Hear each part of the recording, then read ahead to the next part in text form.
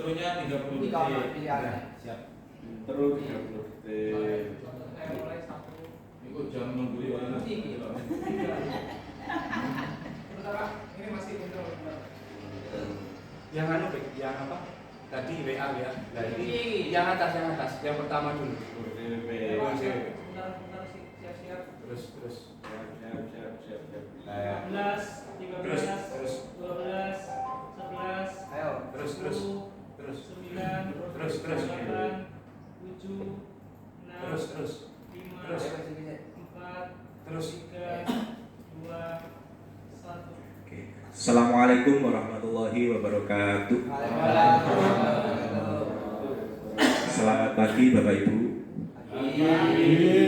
Alhamdulillah wa syukurillah wa nikmatillah. Hari ini kita diberikan nikmat sehat sehingga kita dapat bertemu bertatap muka pada acara diseminasi modul aksi nyata modul 1.4 dengan tema yaitu budaya positif. Perkenalkan, nama saya Yunus Ristan Hidayat, SPD. Saya adalah calon guru penggerak Angkatan 9 dari SMK Negeri 8 Jember, Kabupaten Jember. Di sini saya akan melakukan pemaparan atau penjelasan tentang tema atau topik yang akan saya presentasikan, yaitu tentang budaya positif.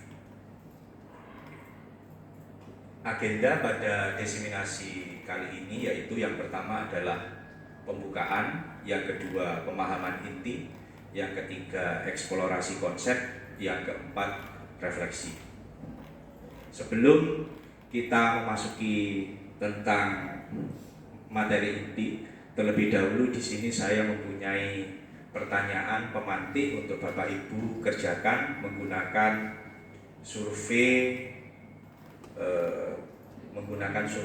WA ya. Silakan Bapak Ibu buka di HP masing-masing. Sudah saya bagikan di grup WA tentang survei yang Bapak Ibu kerjakan. Ada 3 pertanyaan di sini. Bapak Ibu tinggal mengeklik saja setuju atau tidak setuju.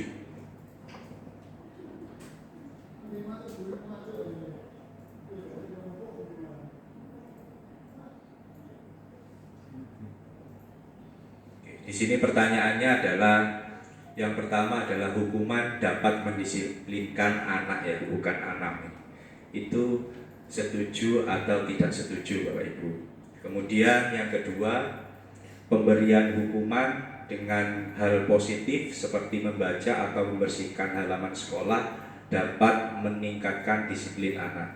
Setuju atau tidak setuju. Kemudian yang terakhir, memberi penghargaan dapat meningkatkan motivasi belajar anak. Setuju atau tidak setuju.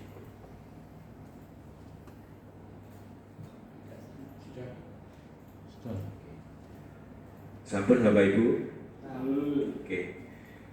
Di sini mayoritas yang pilihan pertama, yang pertama adalah setuju. Jadi hukuman dapat mendisiplinkan anak. Semuanya jawabannya adalah setuju. Kemudian yang kedua ada 10 responden dan 1 responden tidak setuju. Kemudian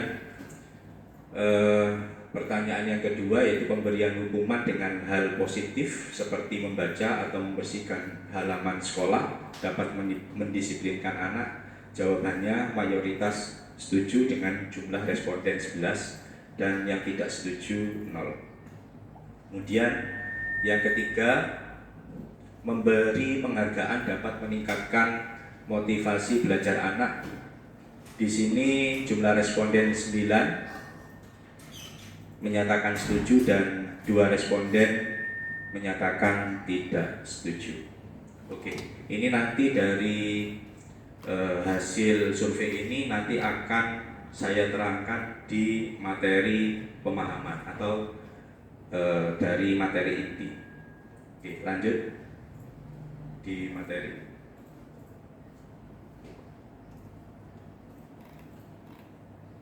Oke. Yang pertama di sini saya akan menjelaskan yaitu topik materi eksplorasi konsep, yaitu yang pertama adalah disiplin positif dan nilai-nilai kebajikan universal. Yang kedua adalah teori motivasi, hukum dan penghargaan restitusi. Yang ketiga keyakinan kelas. Yang keempat kebutuhan dasar manusia dan dunia berkualitas. Yang kelima restitusi, 5 posisi kontrol, dan yang terakhir restitusi menggunakan segitiga restitusi. Oke Bapak Ibu, sekarang saya mau melakukan ice breaking Bapak Ibu. Tahu ice breaking ya Bapak Ibu? Biar suasana tidak terlalu tegang, lemes-lemes dulu. Di sini saya akan membagikan sticky note ke Bapak Ibu semuanya. Tugasnya Bapak Ibu adalah menulis siapa yang paling berharga, untuk Bapak Ibu. Nah, hasil dari tulisan tersebut Bapak Ibu simpan dalam tangan Bapak Ibu. Jadi kertasnya setelah ditulis disimpan di tangan. Nah, nanti tugasnya dari Bapak Ibu adalah merayu salah satu dari Bapak Ibu untuk bisa membuka tangannya itu. Lek sukses berarti merayune jos. Lek gak sukses berarti sing dirayu kebal Bapak Ibu. Paham Bapak Ibu? Bapak Ibu boleh membukanya dan boleh tidak. Itu nanti tergantung dari yang merayu dan dirayu. Paham ya Bapak Ibu? Oke.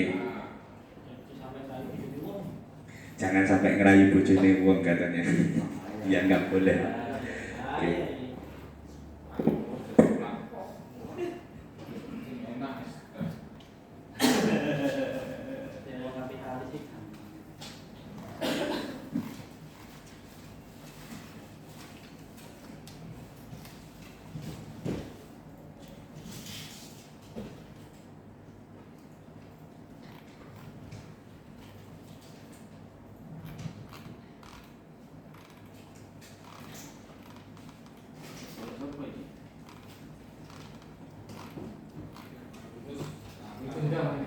Iya, digenggam. Bebas Bapak Ibu, nulis apa saja bebas. Yang penting itu adalah sesuatu yang paling berharga untuk Bapak Ibu semuanya. Paling berharga. Oke? Apa ya? Bunda itu. Bebas Bapak. Boleh pacar yang dulu. Waktu SMA gak keturutan mereka. Atau punya memang hobi tentang apa? Ya. Belum nggak apa-apa. Oke. Sampun silakan Bapak Ibu genggam kertas itu. Lah, di sini aturannya adalah Bapak Ibu akan saya pilih, kemudian yang saya pilih silahkan merayu Bapak atau Ibu. Bahaya, gak bahaya lah ini. Oke. Oke. Jadi itu paham ya? Sampun digenggam? Jadi sampun. Saya hari ini tanggal 25 pas dengan apa? Dengan baju PGRI yang kita pakai hari ulang tahun PGRI. Lah di sini berarti ada berapa orang ya? 1, 2, 3, 4, 5, 6, 7, 8, 9, 10, 11, 12. Saya hitung 12. Berarti kalau 12 ke 25 berarti 12 kali 2. Kalau saya urutkan, nomor 1 adalah Bu Ayu, nomor 2 Pak Dedi, nomor 3 Pak Taufik, nomor 4 Pak Hadi, nomor 5 Pak Aris, nomor 6 Pak Tri, nomor 7 Pak Badrut, nomor 8 Pak Pri, nomor 9 Pak Dwi Sugeng, nomor 10 Pak Wanda, nomor 11 Pak Sofyan, dan nomor 12 Pak Yasin. Oke, 12 kali 2, 24 plus 1 berarti 25. 25. Saya di sini berarti 12 dikurangi dengan 1 berarti urutan 11. Siapa ya di sini urutan 11? Pak Sofyan ya.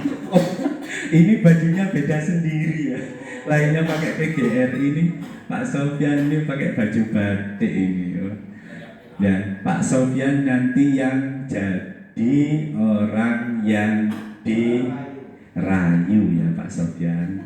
Yang dirayu. Sekarang saya akan pilih yang merayu ya. Karena tadi nomor 11 berarti 11 dikurangi dengan bulan sekarang. Berarti bulan berapa sekarang? Bulan 10. Berarti 11 dikurangi 10 berarti bulan 1 ya. Berarti tanggal berapa ya? Hah? Tanggal 1 ya? Nomor 1 ya? Berarti nomor 1 berarti Bu Ayu ya. Monggo sekarang Bu Ayu silahkan untuk merayu Pak Sofyan ini ya. Monggo Bu Ayu silakan Pak Sofyan. Monggo Bu Ayu sebentar saja.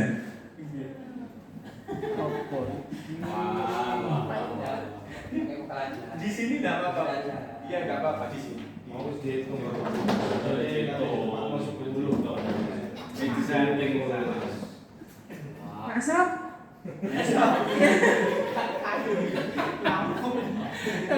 Pak Sob dibuka nggih kepala tangannya. Pak, jangan bayi niki Pak. Masa bentar loh. Ayo ya.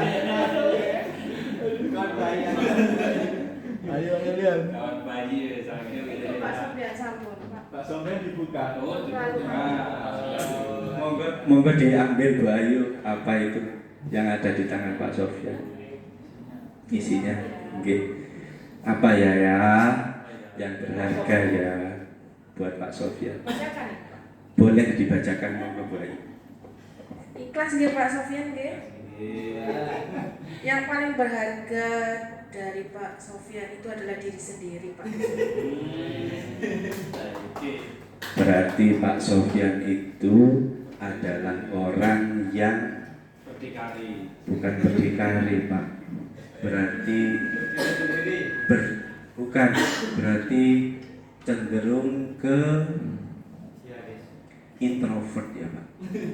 Introvert ya Pak Sofyan ini cenderung yang introvert. Dia suka menyendiri, suka dengan hal-hal yang tidak bising, suka dengan hal-hal yang tidak gaduh dan ramai. Ini berarti karakter yang ada di Pak Sofyan ini adalah orang yang apa ya, independen ya Pak Taufik, yang independen, tidak suka berkeluh kesah kepada orang lain. Wah, bagus sekali, mantap. Tapi jangan lama-lama gitu Pak Sofyan dipendem, nanti bahaya nanti kalau dengan pendem. Oh iya Pak Taufik, lanjut. Oke, sekarang kita masuk ke materi perubahan paradigma Bapak Ibu tentang teori kontrol. Sampun ini untuk game icebreaking-nya sampun satu saja. Oke, terima kasih Bapak Ibu sampun berpartisipasi. Sekarang kita masuk ke materi perubahan paradigma teori kontrol dan teori pilihan atau ilusi kontrol. Jadi di sini yang dimaksud ilusi itu tidak sesuai dengan apa sebetulnya yang kita harapkan. Contoh, guru mengontrol murid. Guru mengontrol murid itu harapannya adalah murid mentaati apa segala yang kita mau. Yang kedua, itu adalah ilusi Bapak Ibu. Kemudian yang kedua, bahwa titik kritik dan membawa kritik dan membuat orang merasa bersalah dapat menguatkan karakter, itu juga ilusi. Kemudian yang ketiga adalah bahwa semua penguatan positif, efektif dan bermanfaat belum tentu Bapak Ibu. Kadang penguatan negatif itu juga akan membuat siswa itu mempunyai penguatan. Kemudian yang keempat adalah bahwa orang dewasa memiliki hak untuk memaksa, itu juga ilusi. Kemudian selanjutnya adalah kita masuk ke materi inti pemahaman, yaitu disiplin positif dan nilai-nilai kebajikan universal. Agak cepat Pak. Perubahan paradigma di sini, stimulus respon, teori kontrol atau teori pilihan, bahwasanya siapa sesungguhnya yang memiliki kontrol. Stimulus respon, kita mencoba dan mengubah orang agar berpandangan sama dengan kita. Pada teori kontrol, yaitu kita berusaha memahami pandangan. Jadi kita tidak mencoba, tapi berusaha memahami pandangan orang lain tentang dunia. Berarti kita harus mengerti maksud dari tujuan kita memberikan pengarahan kepada anak didik kita. Kemudian yang kedua, perilaku buruk dilihat sebagai suatu kesalahan. Pada stimulus respon, pada teori kontrol, semua perilaku memiliki tujuan. Jadi tidak ada anak yang nakal itu tanpa alasan. Semua anak itu pasti nakal, itu ada alasannya Bapak Ibu. Dia mempunyai tujuan untuk nakal. Kemudian yang ketiga, orang lain bisa mengontrol saya. Teori kontrolnya adalah hanya Anda yang bisa mengontrol diri Anda. Betul sekali.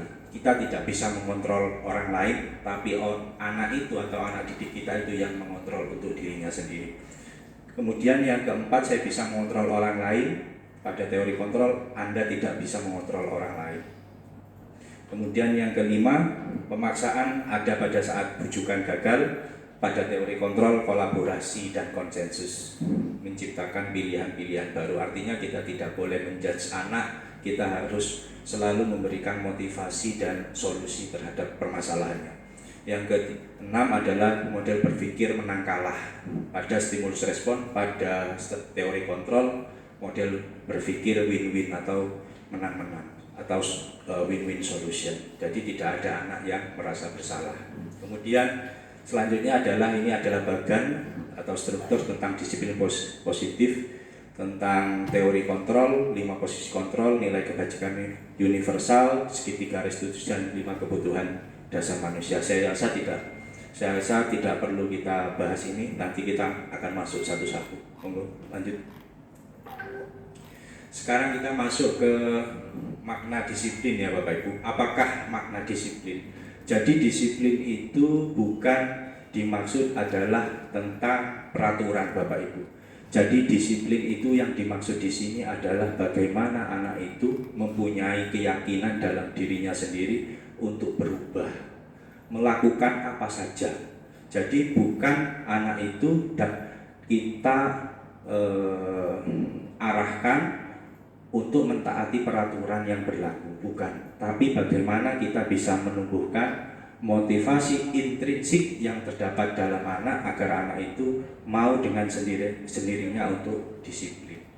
Jadi percuma kita memberikan disiplin tapi atas dasar paksaan, atas dasar ketakutan, atas dasar bukan kemauan dari dirinya. Saya yakin setelah Bapak Ibu tidak ada, anak itu pasti akan mengulangnya kembali. Jadi dia disiplin pada saat Bapak Ibu ada, tapi pada saat Bapak Ibu tidak ada, dia pasti akan mengulangi kesalahannya. Itu yang dimaksud di sini. Disiplin artinya belajar. Jadi bagaimana untuk bisa disiplin?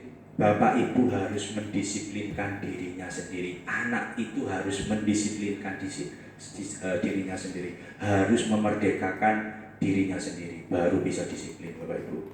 Oke, lanjut. Kemudian nilai-nilai kebijakan universal. Di sini nilai-nilai kebijakan universal adalah sifat positif manusia, merupakan tujuan mulia yang dicapai setiap individu. Jadi kebijakan universal ini semacam apa ya? Norma atau aturan yang sudah berlaku di masyarakat, yang umum sudah berlaku di masyarakat. Contoh di sini ada dicontohkan tentang P5, yaitu mandiri, bernalar kritis, berkebinekaan global, bergotong royong dan kreatif. Artinya nilai-nilai kebijakan universal ini harus dimiliki oleh visi dan misi sekolah, Bapak Ibu. Jangan sampai nilai-nilai kebijakan universal ini tidak tercantum pada visi dan misi sekolah. Minimal ada salah satu. Syukur-syukur diterapkan semuanya, P5 itu, yaitu mandiri, bernalar kritis, berkebinekaan global, bergotong royong dan kreatif. Ini satu mencakup 6 atau 5 nilai-nilai moral, nilai-nilai kebijakan universal. Oke, lanjut. Kemudian kita masuk ke pemahaman konsep yang kedua, yaitu tentang teori motivasi, hukuman, penghargaan, dan restitusi.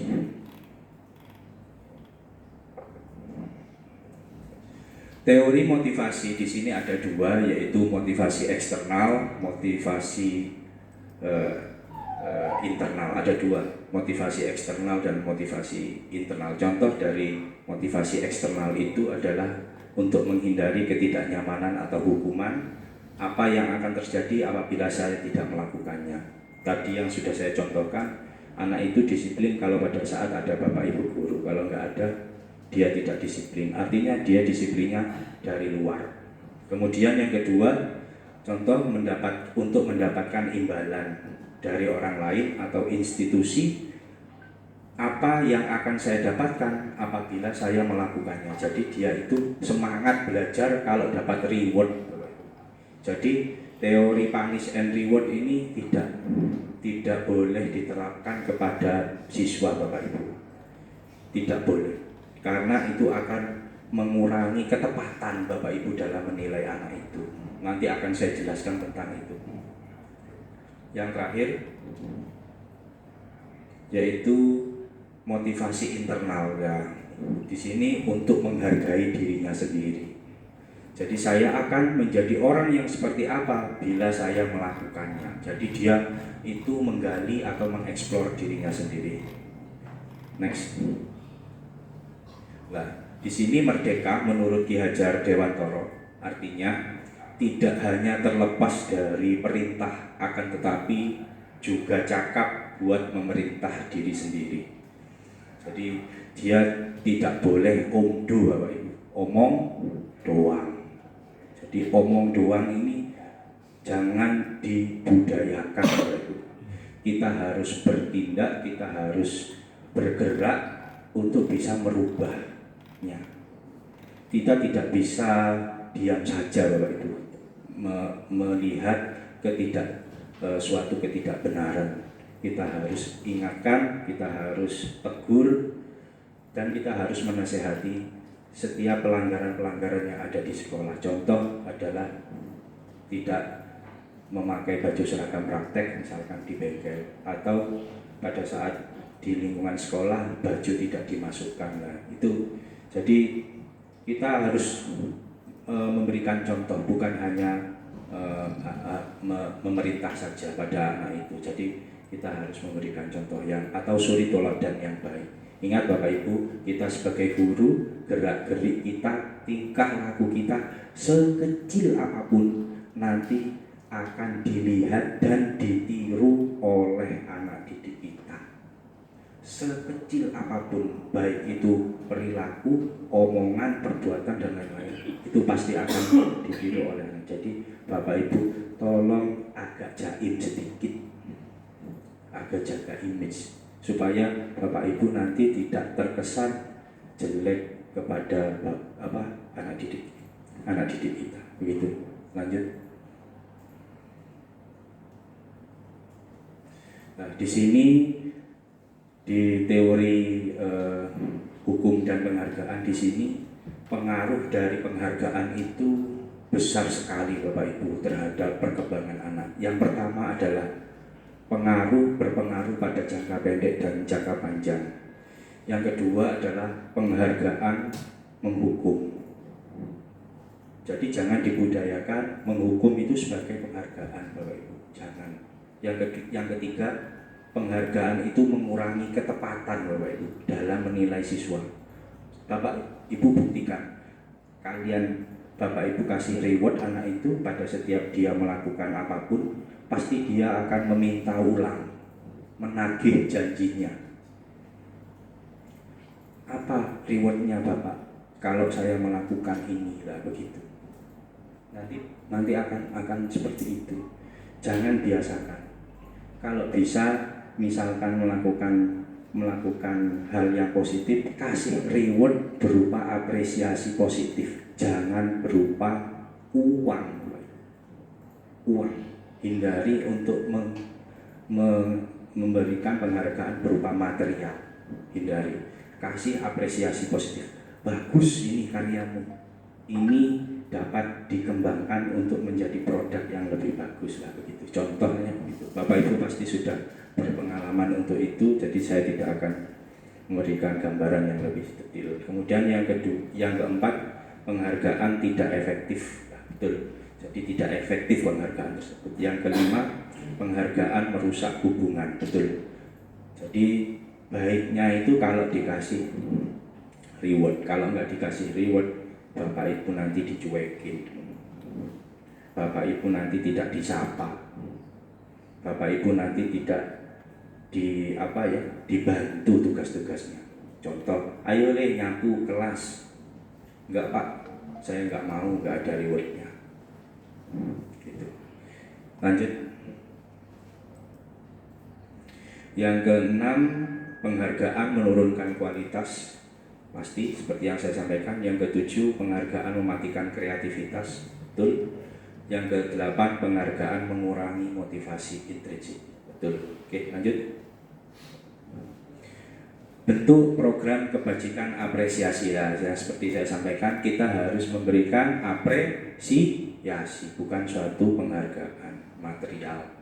Yang pertama, contoh, beri pengakuan secara khusus kepada anak itu. Puji, tapi ya jangan terlalu tinggi-tinggi muji, nanti nggak bisa turun anaknya Bapak Ibu. Jadi ya dipuji ya, tapi ya jangan sampai setinggi langit.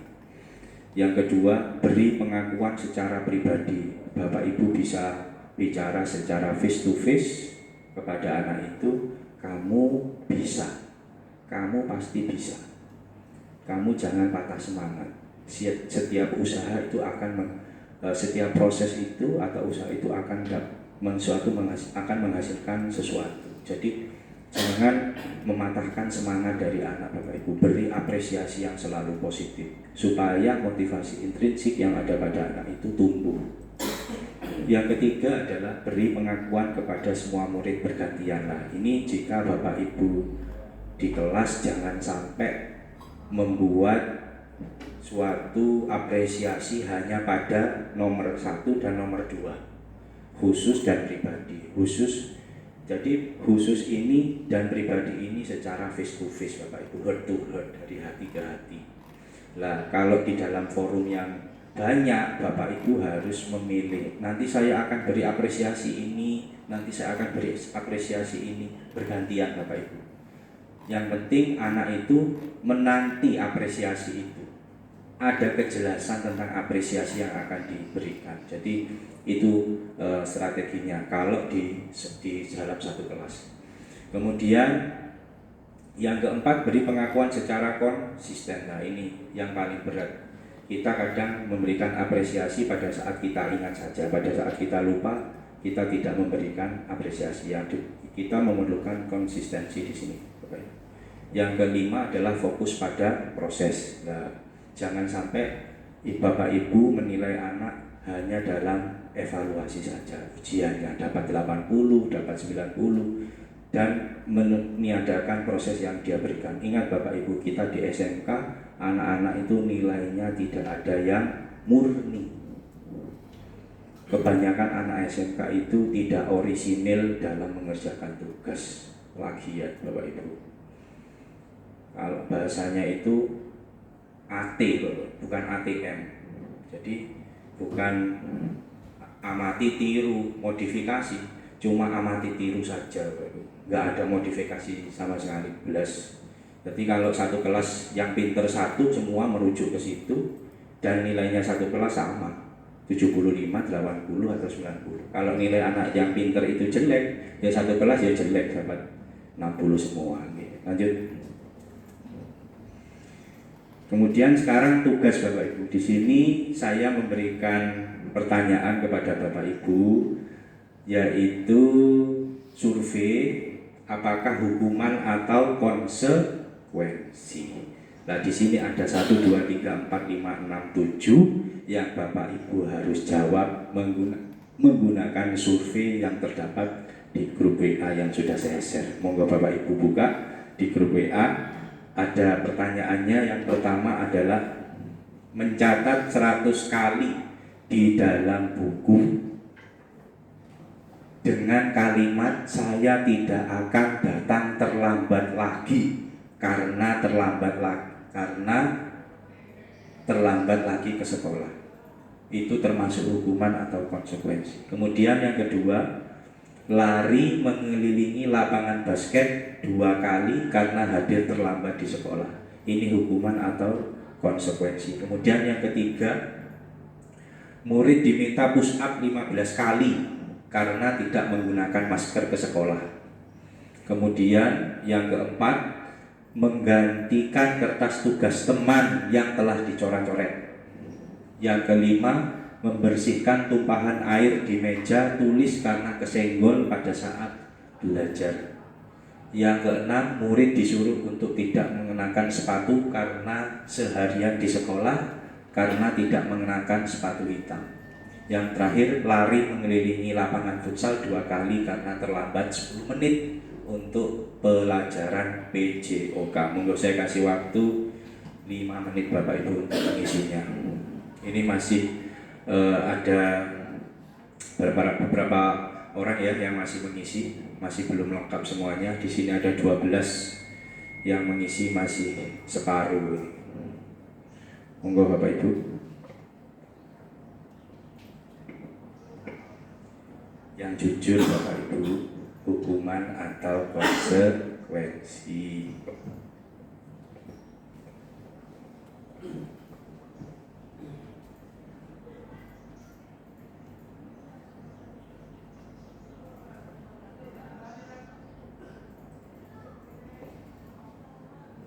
Kalau lari mengelilingi lapangan basket itu kira-kira 2 kali ini hukuman atau konsekuensi Bapak Ibu?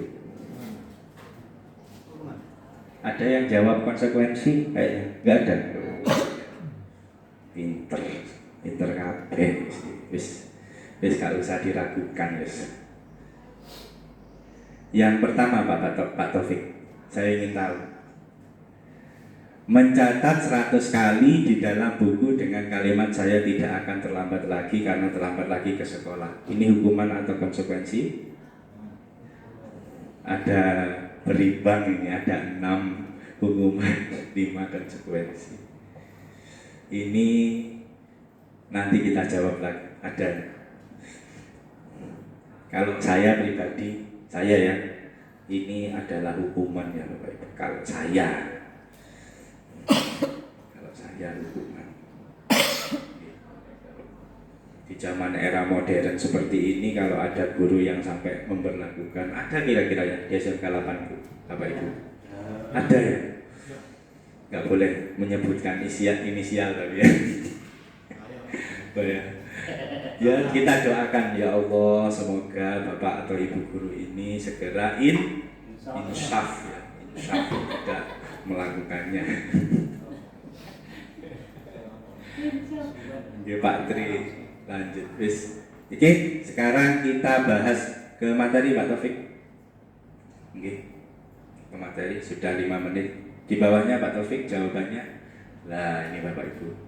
Jadi mencatat 100 kali itu saya tidak akan terlambat, itu hukuman Bapak Ibu. Yang kedua, lari mengelilingi lapangan basket 2 kali itu juga hukuman. Murid diminta push up 15 kali itu hukuman. Membersihkan tumpahan air di meja tulis karena tersenggol saat belajar itu konsekuensi. Menggantikan kertas tugas teman yang telah dicoret-coret itu juga konsekuensi. Kemudian murid disuruh untuk tidak mengenakan baju sepatu seharian di sekolah, itu hukuman. Lari mengelilingi lapangan basket 2 kali karena terlambat 10 menit untuk pelajaran PJOK adalah konsekuensi. Di sini apa perbedaannya Bapak Ibu? Ada yang tahu antara hukuman dan konsekuensi? Pak Dedi mungkin, monggo.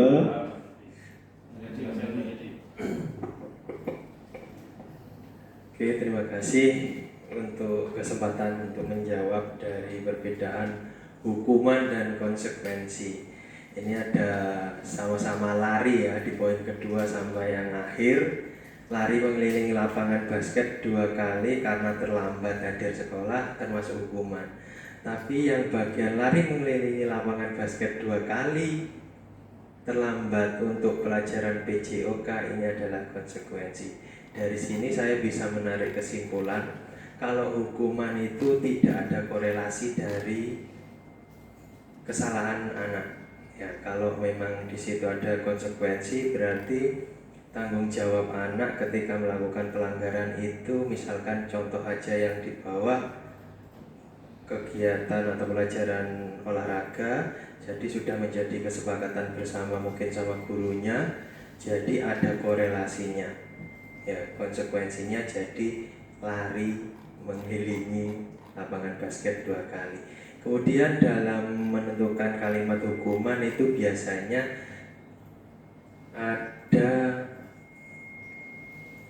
istilahnya anak itu dituntut dengan bukan dari kemauan diri atau kesepakatan kelas, biasanya langsung dari perintah gurunya tanpa ada istilahnya penyampaian terlebih dahulu. Kalau konsekuensi sudah menjadi kesepakatan kelas. Itu menurut saya Bapak. Terima kasih. Assalamualaikum warahmatullahi wabarakatuh.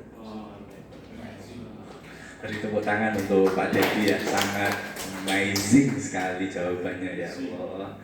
Ini Pak Dedi, ini saya butuh Pak Dedi 20 ya di sini ya. Kalau ada biar semangat saya itu.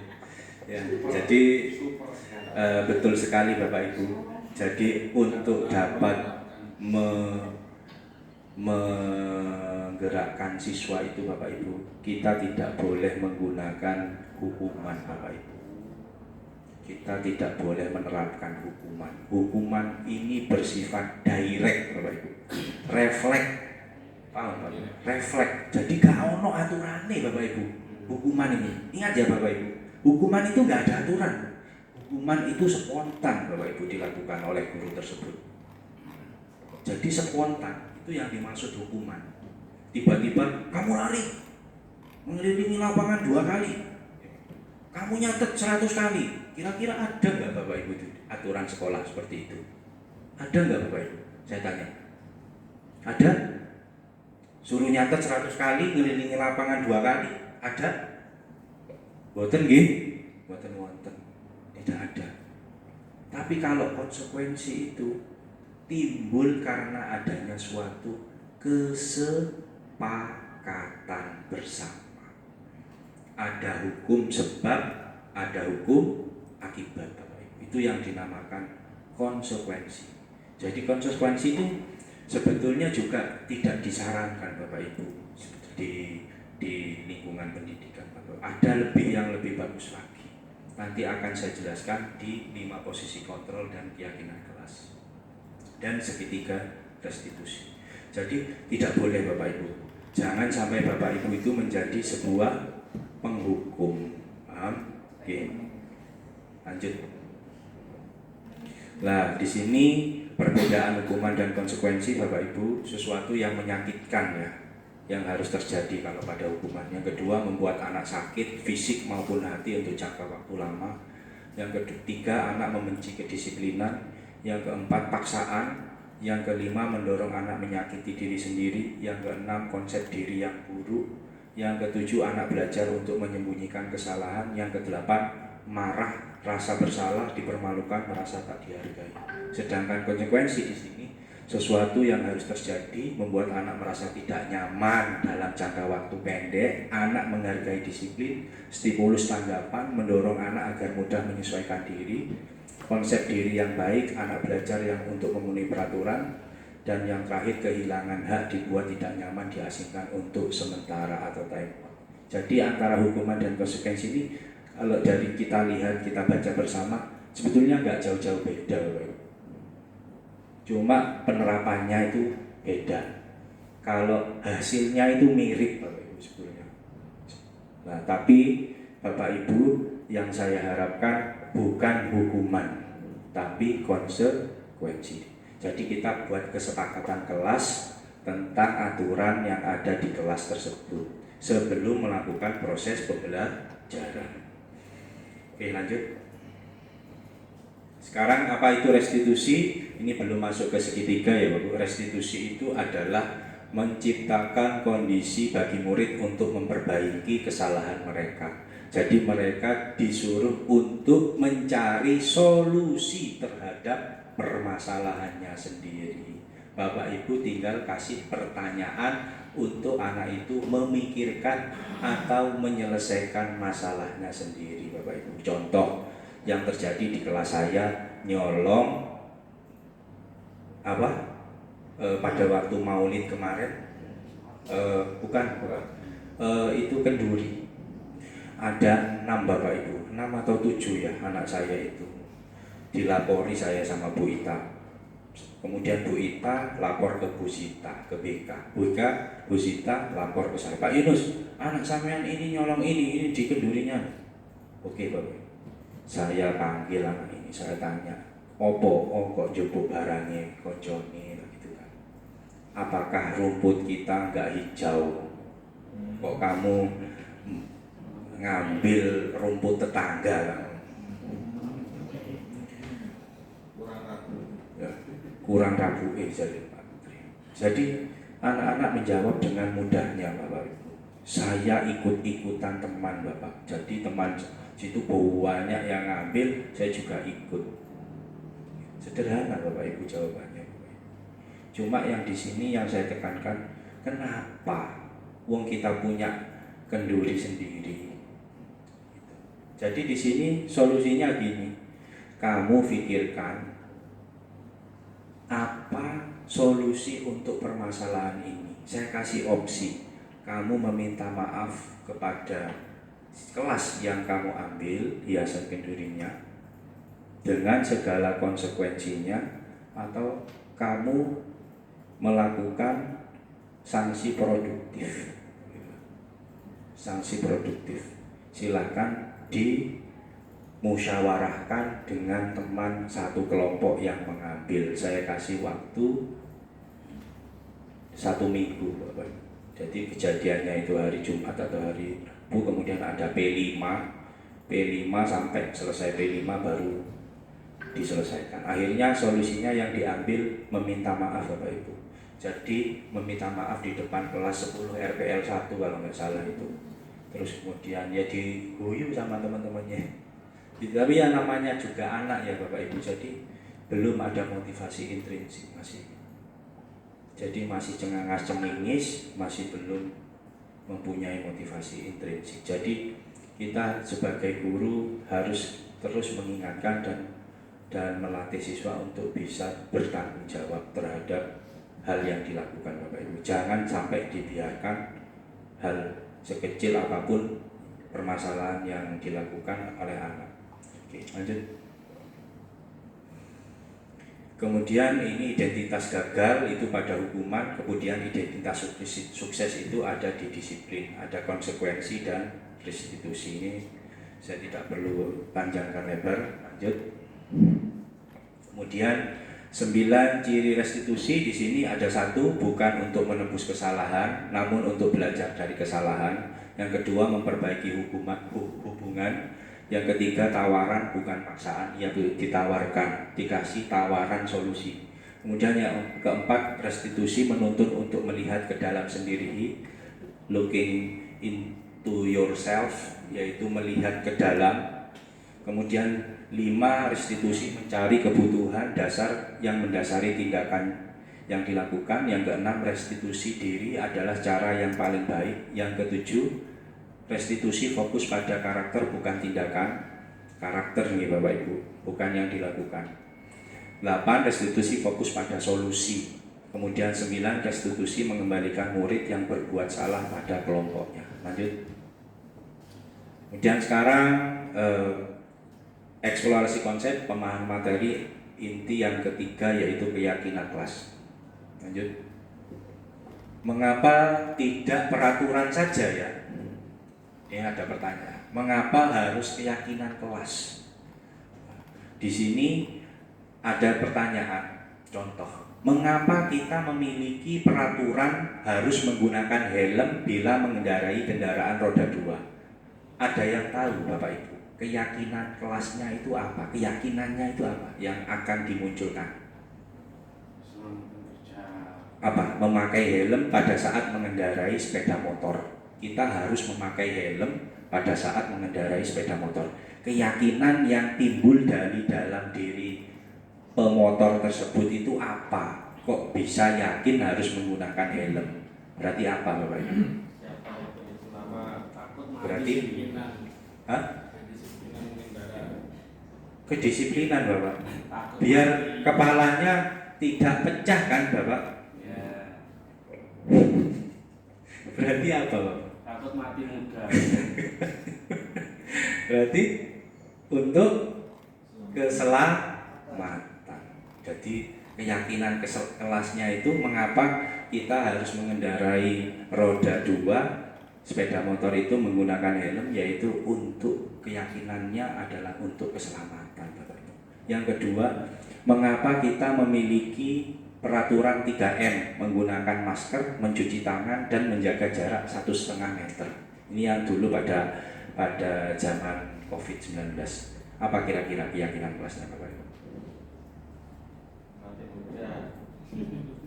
Bayu, menggunakan masker, menjaga jarak 1,5 meter, kemudian mencuci tangan.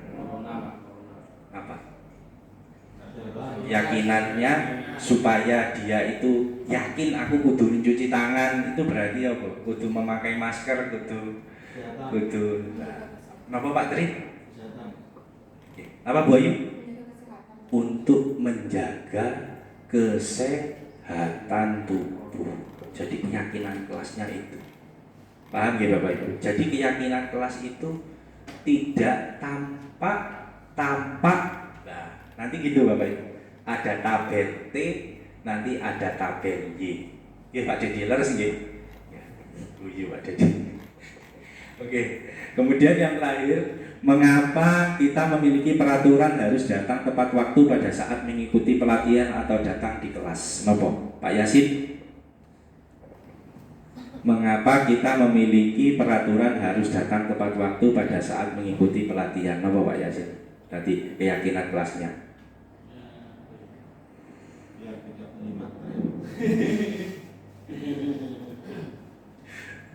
Mendapatkan materinya secara lengkap. Nggih, pripun, Pak? Agar bisa mendapatkan materi secara lengkap. Agar dapat bisa keyakinan kelasnya agar dapat menerima materi dengan secara lengkap. Berarti disiplin. Ya, apa? Berarti disiplin Bapak Ibu keyakinan kelasnya. Jadi itu paham ya Bapak Ibu. Nanti ada tugasnya ini. Nanti tugasnya adalah Bapak Ibu tak kasih pertanyaan, Bapak Ibu tulis keyakinan kelasnya apa. Oke, sekarang di sini ada lingkaran ini Bapak Ibu. Peraturan kelas itu ada di paling bawah Bapak Ibu. Peraturan kelas itu ada di paling bawah. Di atasnya peraturan kelas itu ada keyakinan kelas. Di atasnya keyakinan kelas itu ada lingkungan positif. Di atasnya lingkungan positif itu budaya positif. Artinya apa? Harus ada aturan yang jelas dulu di sekolah tersebut Bapak Ibu. Paham? Oke. Nah, setelah aturannya ada, timbullah suatu keyakinan kelas. Setelah keyakinan kelasnya ada, timbullah lingkungan yang positif. Setelah semuanya berjalan menjadi hal biasa, akan menjadi suatu karakter oleh siswa sehingga menjadi kebiasaan dan timbul suatu budaya positif. Jadi budaya positif itu munculnya dulu dari peraturan dulu Bapak Ibu. Bukan ujuk-ujuk langsung budaya positif, itu enggak ada Bapak Ibu. Semua itu harus tersistem yang baik. Ya kita harus seperti guru penggerak Bapak Ibu.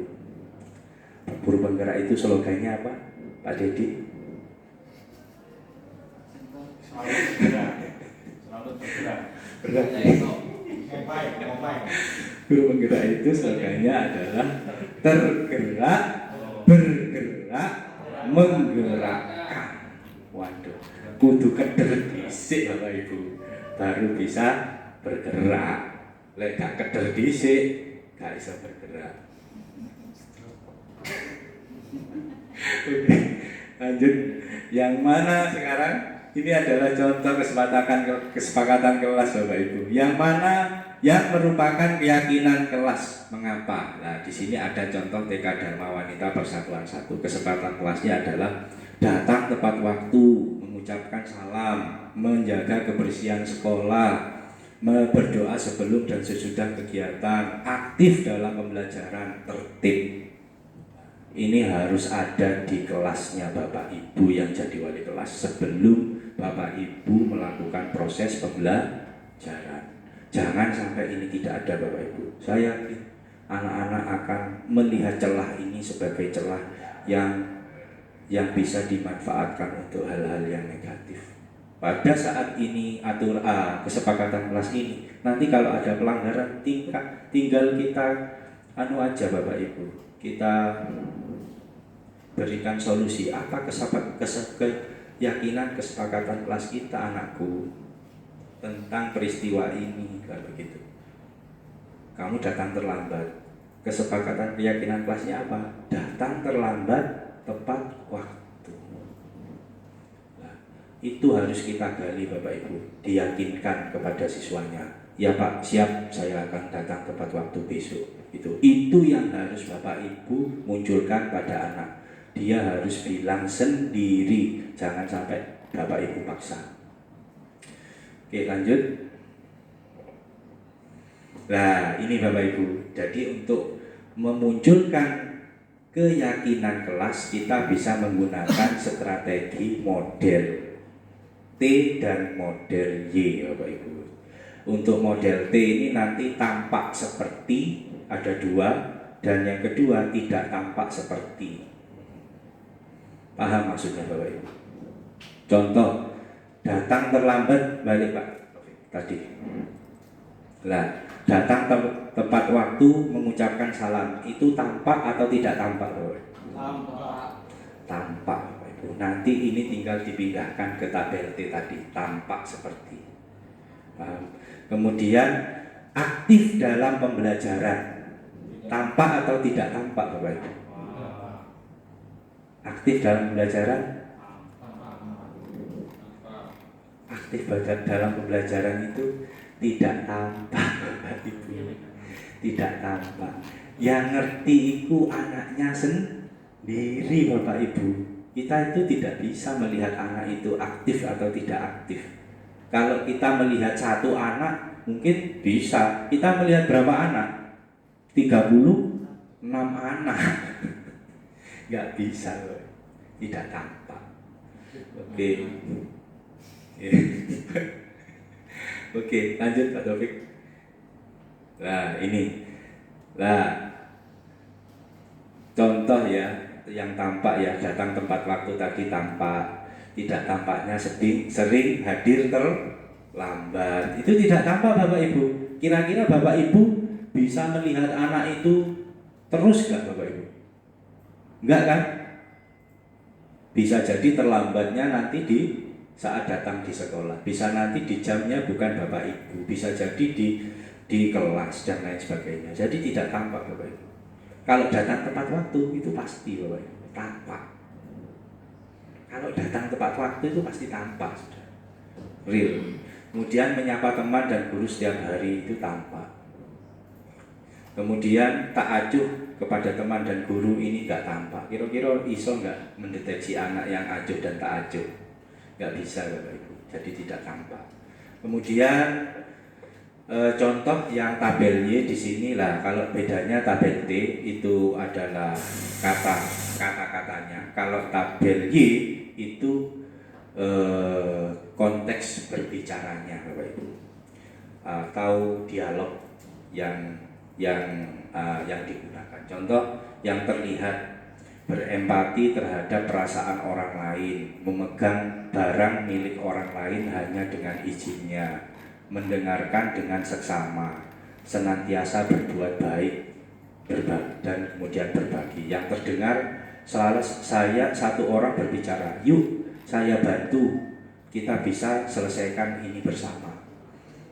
Kemudian tolong ya, permisi, boleh saya pinjam, nanti akan saya segera kembalikan. Nah ini terdengar. Jadi seperti konteks dialog berbicara.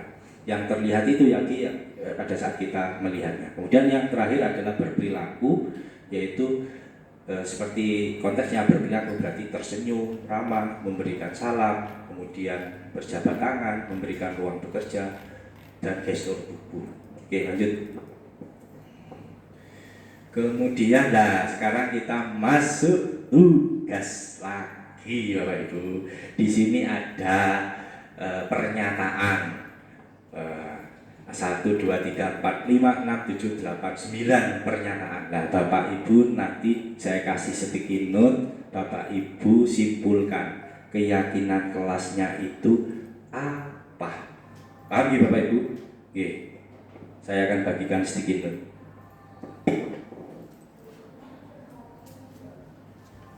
Ditulis ya Pak, keyakinan kelasnya apa?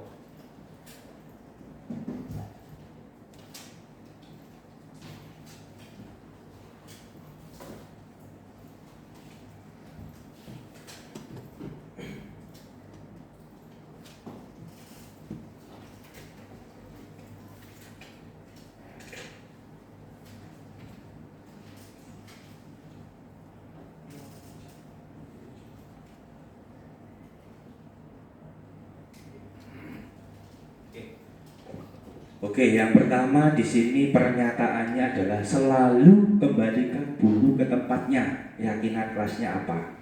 Yang kedua, dilarang mengganggu orang lain. Jadi Bapak Ibu di sini simpulkan saja. Contoh, perdamaian, hormat menghormati, itu aja Bapak Ibu. Bukan suatu kalimat, bukan. Kedisiplinan tadi ada nggak di sini, kedisiplinan nggak? Itu Bapak Ibu. Kemudian yang ketiga, hadir di sekolah. Nah, ini di sekolah 15 menit sebelum pembelajaran dimulai.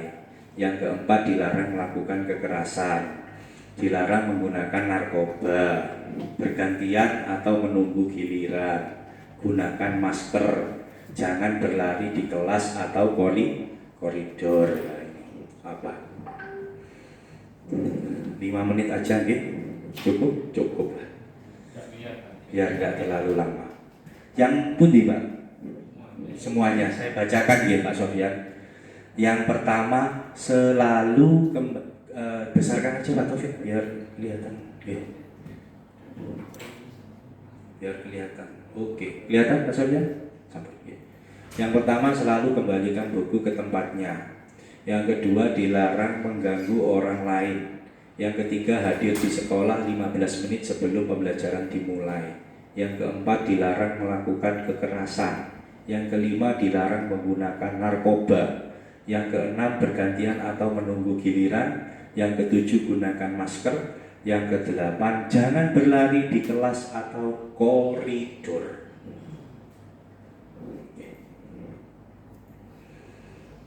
Nanti sticky note-nya jangan dibuang ya Bapak Ibu. Saya minta kembali.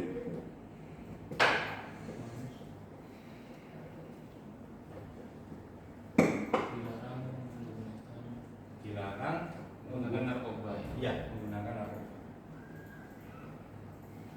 Terus dilarang bergantian atau menunggu giliran.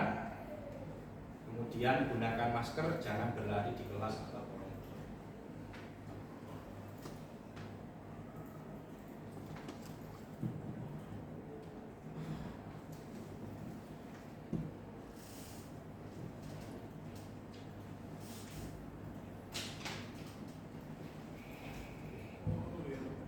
Sampun nggih, kita sambil koreksi bersama karena waktunya biar tidak terlalu lama nggih Bapak Ibu.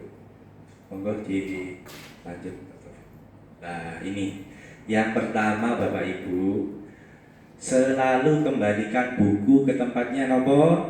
Tanggung jawab. Dilarang mengganggu orang lain, menghormati orang lain. Hadir di sekolah 15 menit sebelum pembelajaran dimulai. Integritas atau komitmen Bapak Ibu. Kan kalau datang tepat waktu kan dan tidak terlambat. Ini 15 menit ya konteksnya ya, bukan tepat waktu ya, 15 menit.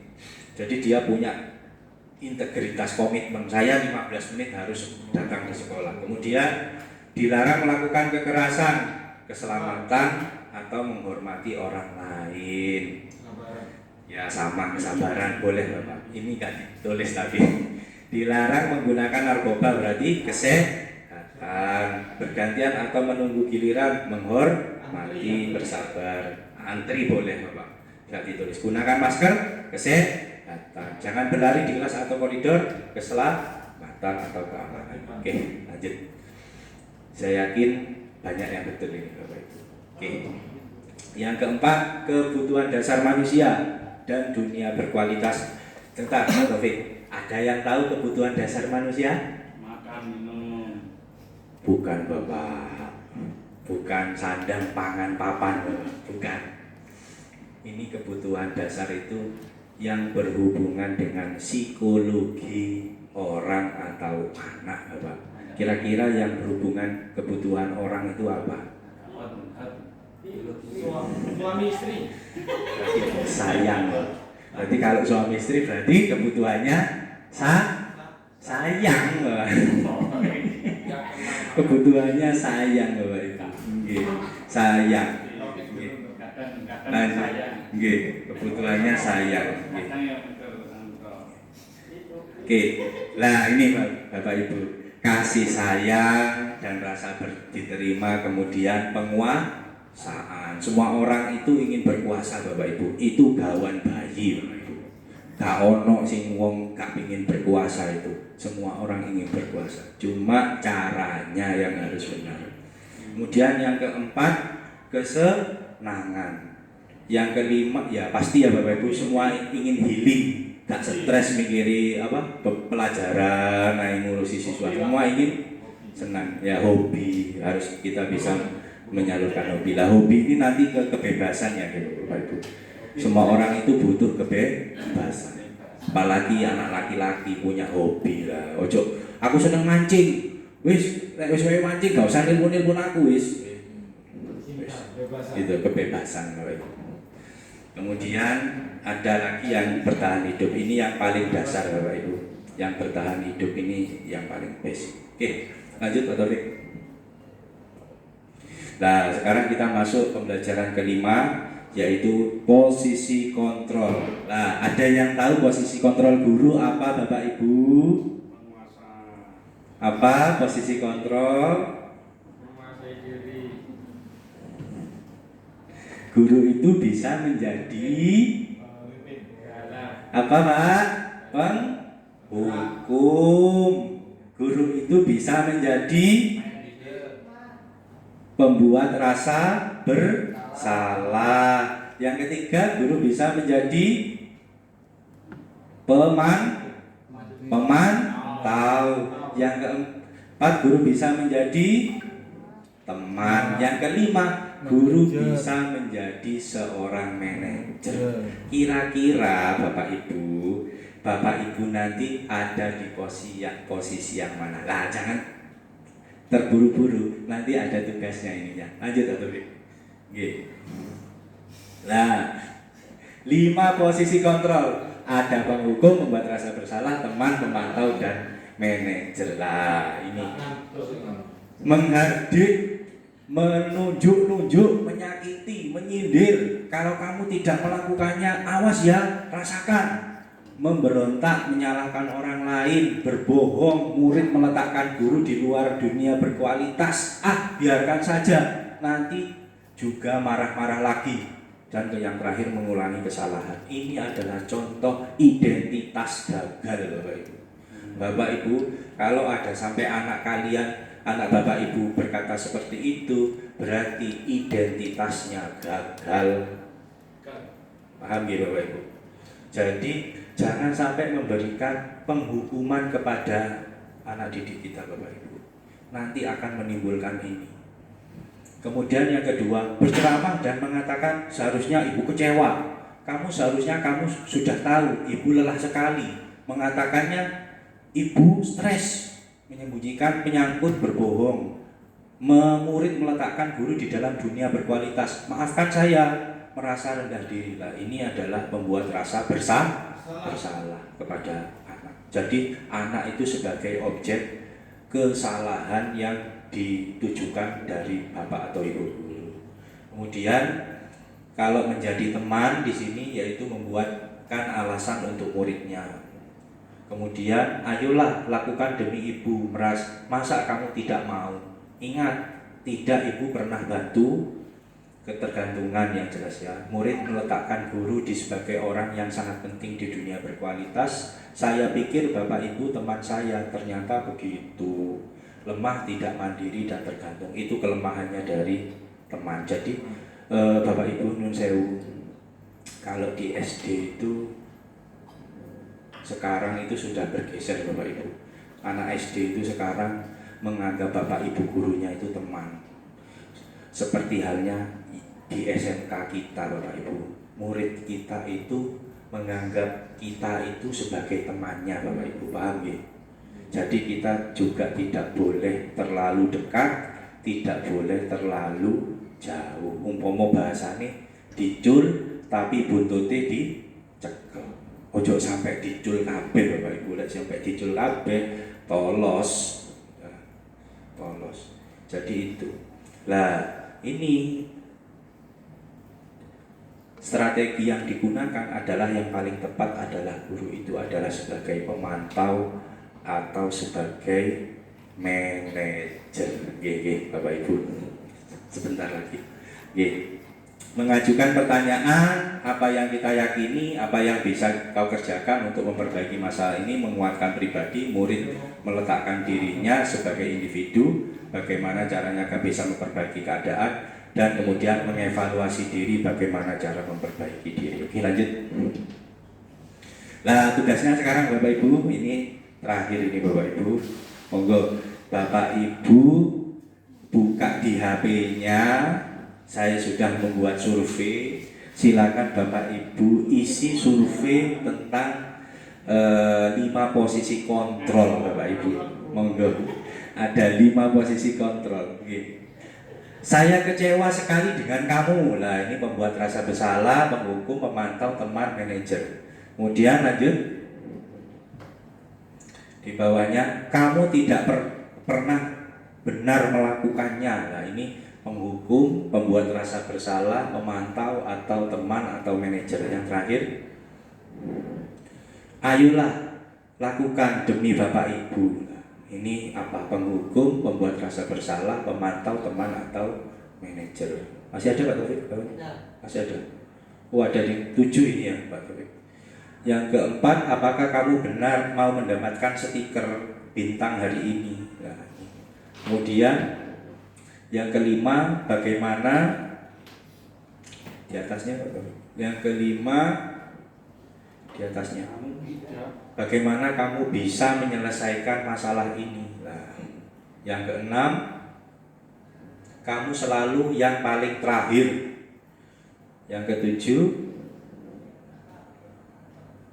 ketujuh, oh sudah 6. Oke, monggo. Saya ingin tahu jawabannya ya, Pak Taufik, dhuwur Pak Taufik, yang atas.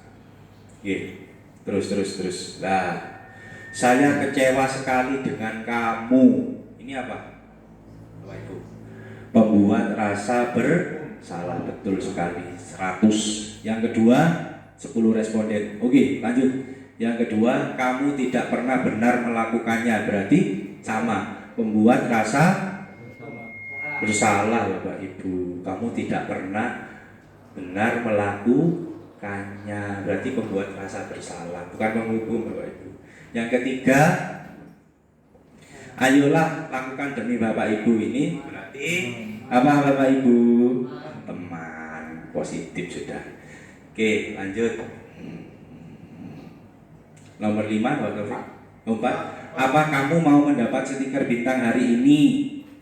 Apa berarti? Pemantau, Bapak Ibu. Pemantau. Oke. Bukan manajer. Nah, kalau ini bagaimana kamu bisa menyelesaikan masalah ini? Lah ini dia memberikan solusi atau bagaimana dia mengatasi masalahnya. Manajer. Kamu selalu yang paling terakhir, pembuat rasa bersalah. Oke. Wis, lanjut Pak Taufik yang terakhir. Wis lanjut. Nah, segitiga restitusi, Bapak Ibu. Jadi di sini segitiga restitusi itu ada 3, Bapak Ibu. Yang pertama adalah apa? Validasi kebutuhan. Yang kedua menstabilkan identitas. Yang ketiga menanyakan keyakinan. Bapak Ibu kalau mendapati siswa-siswinya bermasalah, jangan menggunakan penghukuman. Jangan menggunakan pembuat rasa bersalah. Jangan menggunakan sebagai teman. Yang bagus adalah sebagai manajer atau pemantau. Minimal pemantau. Kalau bisa manajer. Lah, manajer tugasnya adalah menggunakan strategi pemecahan masalahnya segitiga restitusi. Jadi seorang manajer itu harus yang pertama memvalidasi kebutuhan anak itu apa. Ingin diperhatikan, kasih sayang, penguasaan, atau tadi apa? Kemudian kebebasan, nah itu. Kemudian menstabilkan identitas, Bapak Ibu. Jadi jangan sampai menjatuhkan anak. Oh iya, nggak apa-apa anakku, hari ini Bapak maafkan, tapi jangan diulangi lagi ke depan. Nah, hari ini kamu memang bersalah, tapi jangan terlalu difikirkan, nah, gitu. Intinya begitu. Kemudian yang ketiga, menanyakan keyakinan, Bapak Ibu. Jadi kita punya keyakinan kelas, Bapak Ibu sampaikan keyakinan kelasnya itu apa. Nah, tadi sudah saya berikan tentang keyakinan kelas. Itu adalah segitiga restitusi. Oke, sekarang yang terakhir Pak Taufik, yaitu refleksi. Refleksi, oke. Terakhir Pak Taufik. Oke, refleksi. Nah, bentar Bapak Ibu, sebelum kita masuk ke refleksi, saya punya video segitiga restitusi, ada 2 kasus. Monggo Pak Taufik dibuka.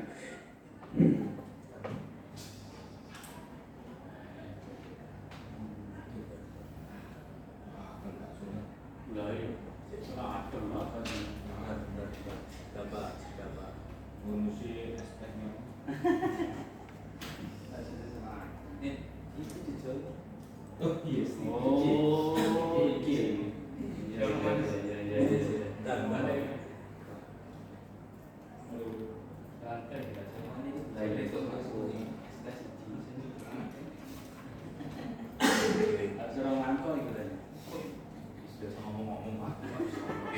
Ini ada dua video Bapak Ibu, sedang 2 menit cuma ada 2 video lah ini. Nah, ini adalah video yang pertama, siswa tertidur di kelas. Siswa tertidur di kelas. Anunya nggak bisa, audionya Pak Taufik.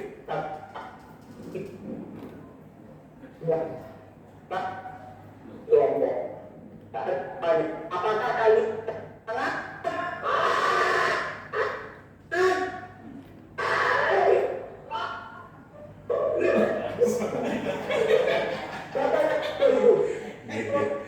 Gayane.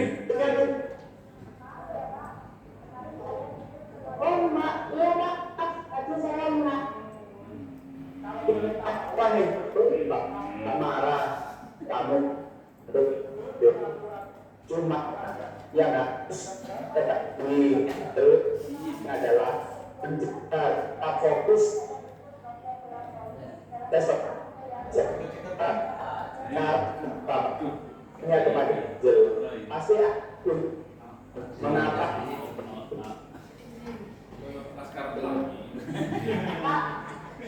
Ini Angel ya, Bapak Ibu murid saya kelas 11 TPS 1. tahu itu kamu tuh terlalu ya kira itu adalah akan ikut yang ini dalam rangka menyaksikan acara di kegiatan 17 Agustus Pak dan malah Angel minggu tanggal 17 Agustus di rumah tetap terus dapat menyingkron karena jadwal kegiatan kelas dan jadi Pak kita ikut ajar jika pada saat ini pembayaran Jadi di sini siswa harus kita gali ya Bapak Ibu untuk bisa meyakini kesalahannya dan menggunakan segitiga restitusi. Dan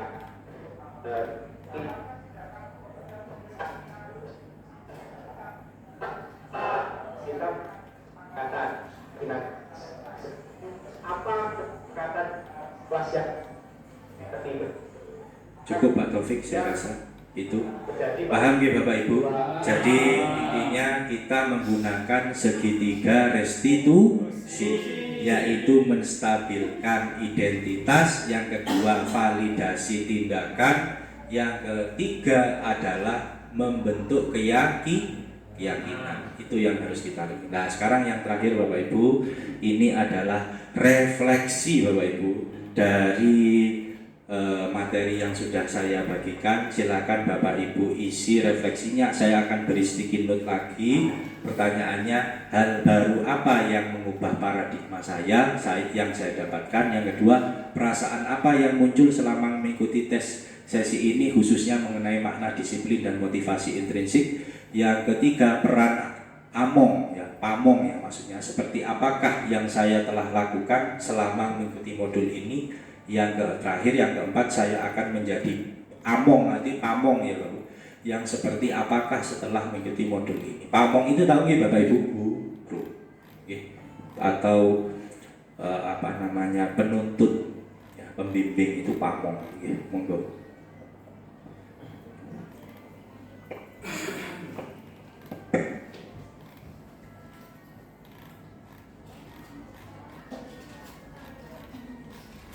Singkat saja Bapak Ibu, nggak perlu terlalu detail ya, singkat saja, nggak perlu sampai panjang kali lebar kali tinggi, nggak perlu ya Pak. Nggak apa.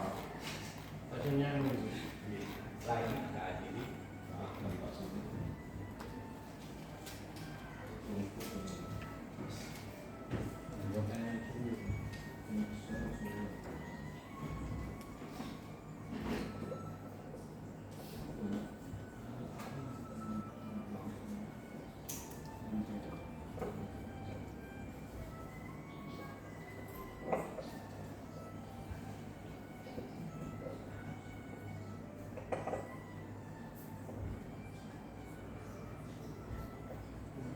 Oh iya, setelah ini hasil dari Bapak Ibu tadi menulis ditempel ya Bapak Ibu. Setelah ditempel kita foto bersama, ya Bapak Ibu, kita foto bersama di sini. Saya bantu menempelkan ya Bapak Ibu biar lebih cepat.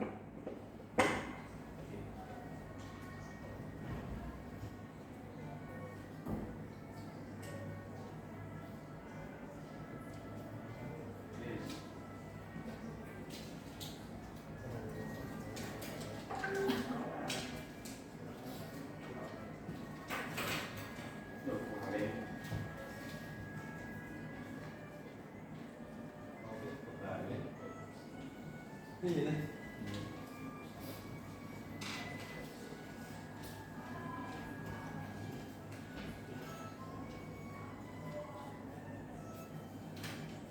saya bantu? Silakan. Ditempel sendiri.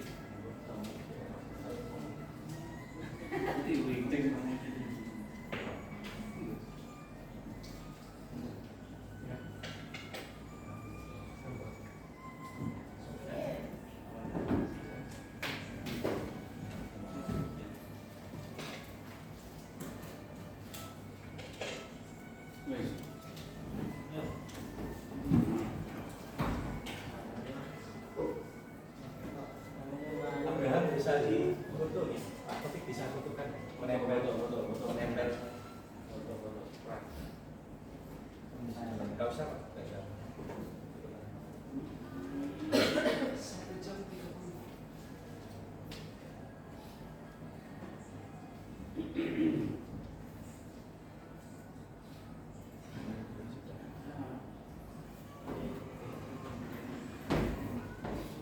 Saya terus ya.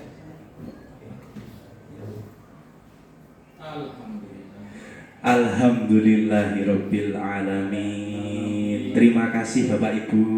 Kegiatan desiminasi saya untuk hari ini telah mengikuti desiminasi saya hari ini. Apa yang Bapak Ibu sudah dapatkan semoga bisa diimbaskan kepada anak didik kita sehingga kita bisa mewujudkan budaya positif di SMK Negeri 8 Jember. Jadi harapannya itu, dan Bapak Ibu semuanya yang masih belum mengikuti guru penggerak, saya mohon untuk mendaftarkan diri untuk menjadi peserta calon guru penggerak angkatan 11. Ini sudah dibuka Bapak Ibu, silakan Bapak Ibu apply, nanti kita bisa sharing bagaimana prosedurnya. Itu cukup dari saya pada desiminasi kali ini. Saya berterima kasih kepada Bapak Ibu semuanya yang telah hadir. Mohon maaf jika terdapat kesalahan dalam memberikan materi, baik itu yang saya sengaja atau yang tidak. Saya mohon maaf yang sebesar-besarnya. Cukup sekian Bapak Ibu, saya akhiri. Kita akan ketemu lagi insya Allah di desiminasi selanjutnya. Saya akhiri. Assalamualaikum warahmatullahi wabarakatuh.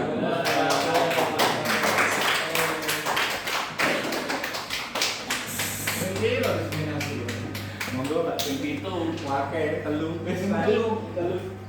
Iso ojo bakso mana nih?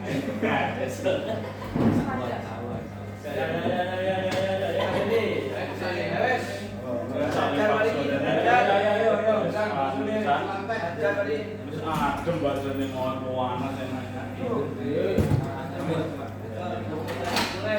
Roman kok ya, Mus? Iki kenal-kenal wong gorengan barang iki.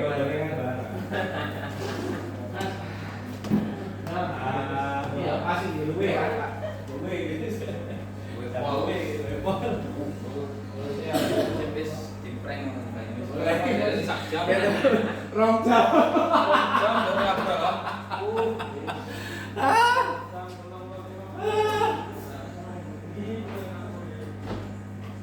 Yo, Pak Yunus niat. Aduh. Ya aku kan setengah niat. Boleh Pak Yunus? Iku, Pak. Sini sini.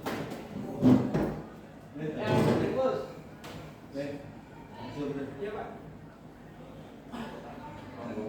Abraham ya. Mejoe kepala. Iya, ya. Bangunnya mejoe kepala.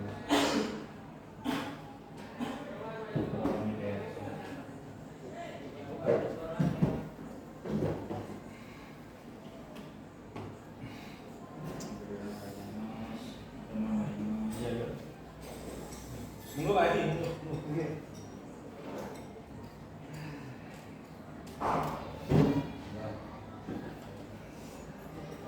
Didik.